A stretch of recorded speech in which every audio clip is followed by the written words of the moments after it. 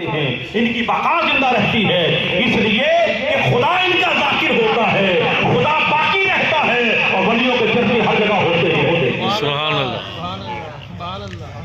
آپ پھر دیکھو غریب نواز رحمت اللہ تعالیٰ نے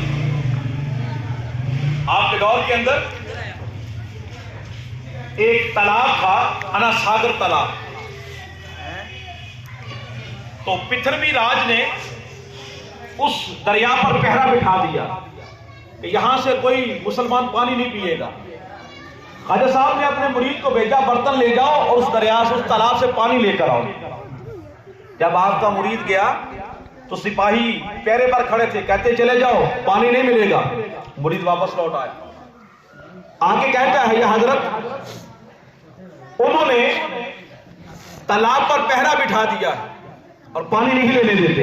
اب سنیے توجہ کیجیے، خواجہ صاحب نے فرمایا جاؤ جہاں تک جا سکتے ہو چلے جاؤ، برتن رکھ کے پانی کو اشارہ کرنا کہ تجھے خواجہ صاحب نے بلایا ہے۔ سبحان اللہ۔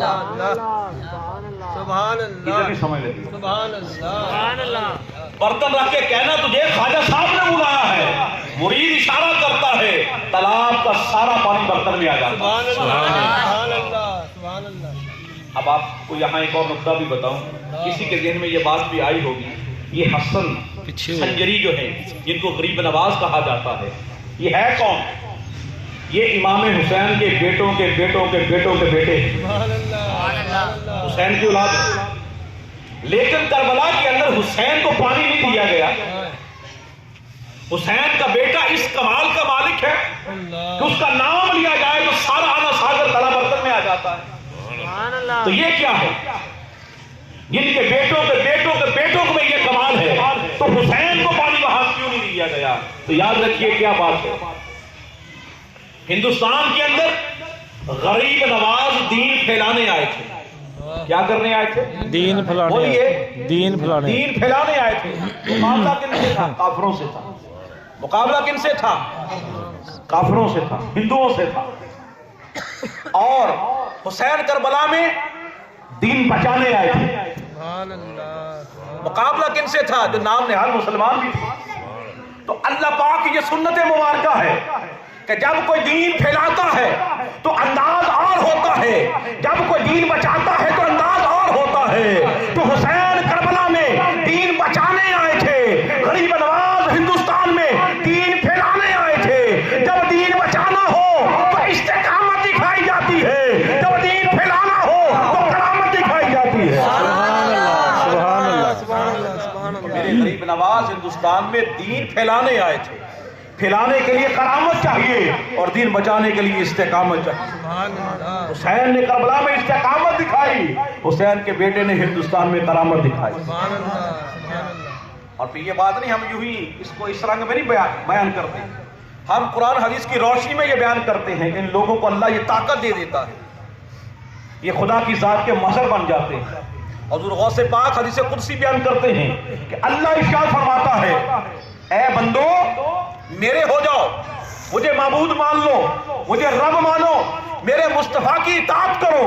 مولا اگر تیرے بن جائیں، تیرے مصطفیٰ کے فرما بردار بن جائیں تو پتہ ہوگا کیا؟ فرمایا یہ کن کی کرسی جو ہے نا، اس پہ مٹھائی تجھے دوں گا، جو کہے گا وہ ہوتا رہے گا۔ کن کی کرسی پہ تجھے بٹھا دوں گا، جو کہے گا وہی ہوتا رہے گا، تو کہے گا وہ تقدیر بن جائے گا۔ سلطان العارفین بیٹھے ہوئے تھے، ایک آپ کی مریدنی آ گئی، کہتی حضرت جی بیٹے کے لیے تعویذ دو، اللہ بیٹا دے۔ آپ نے فرمایا جا اللہ بیٹا دے گا۔ کہتی نہیں نہیں مجھے تعویذ دو، اللہ بیٹا دے۔ آپ نے فرمایا جا اللہ بیٹا دے گا۔ کہتی نہیں نہیں تعویذ دو۔ جب ضد زیادہ کی نا تو آپ نے کاغذ کا ٹکڑا لیا، اس پر لکیریں مار کے اس مریدنی کو دے دیا۔ مریدنی نے کاغذ کا ٹکڑا دیکھا تو وہی کھول دیا۔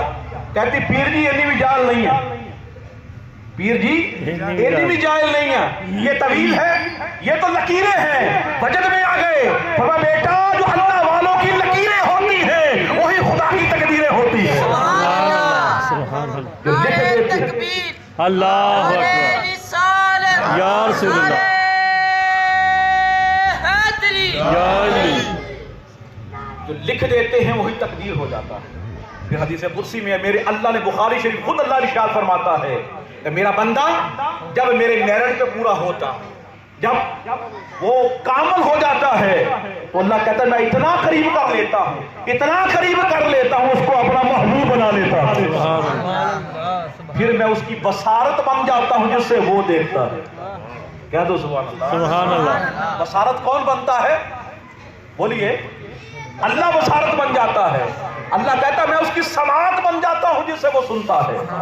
اب سوچو، جس کی بصارت اللہ بن جائے، جس کی سماعت اللہ بن جائے، جس کے ہاتھ اللہ بن جائے، جس کا وجود اس اللہ کی ذات کا مظہر بن جائے، ارے کیا قریب کیا دور، وہ جہاں بھی بیٹھا ہو ہر جگہ اس کے سامنے ریلی ہتھیلی کی تانے کی طرح ہوتی ہے، کہ وہ جو کہتا ہے وہی ہو جاتا ہے۔ میرے رب کی عطا دیکھو کیا ہے۔ میں تو حیران ہوتا ہوں ان مولویوں پر، یہ ولیوں کی کرامت پہ جھگڑا کرتے ہیں۔ یاد رکھیے، بڑا اہم نقطہ آپ کو بتا رہا ہوں، کبھی بھی نبی کے معجزے پر اور ولی کی کرامت پر کبھی بھی عقل کا ترازو استعمال نہ کرو، علم کو استعمال نہ کرو، عقل کو استعمال نہ کرو۔ بات ولی کی آئے تو مان لو، بات نبی کی آئے تو مان لو، اس لیے کہ ان کے وجود میں خدا کی طاقت ہے۔ انکار کرنے والے ولیوں کے منکروں یہ سوچو کہ ان کو طاقت اللہ نے دی، اللہ نے خود کہہ دیا یہ میرے ہو گئے۔ سوچو یار، جو کسی وزیر کا ہو جائے وہ مان نہیں ہوتا، جو خدا کا ہو جائے، جو خدا کا ہو جائے اور خدا اس کی عزت کا اعلان بھی کرے کہ لوگوں خبردار، جو میرے ہو جائے ان کو کوئی غم نہیں ہوتا، ان کو کوئی فکر نہیں ہوتی، اس لیے کہ وجود ان کا نظر آ رہا ہوتا ہے، طاقت تمہارے خدا کی نظر آ رہی ہوتی ہے۔ اب دیکھو خدا کی عطا دیکھیں،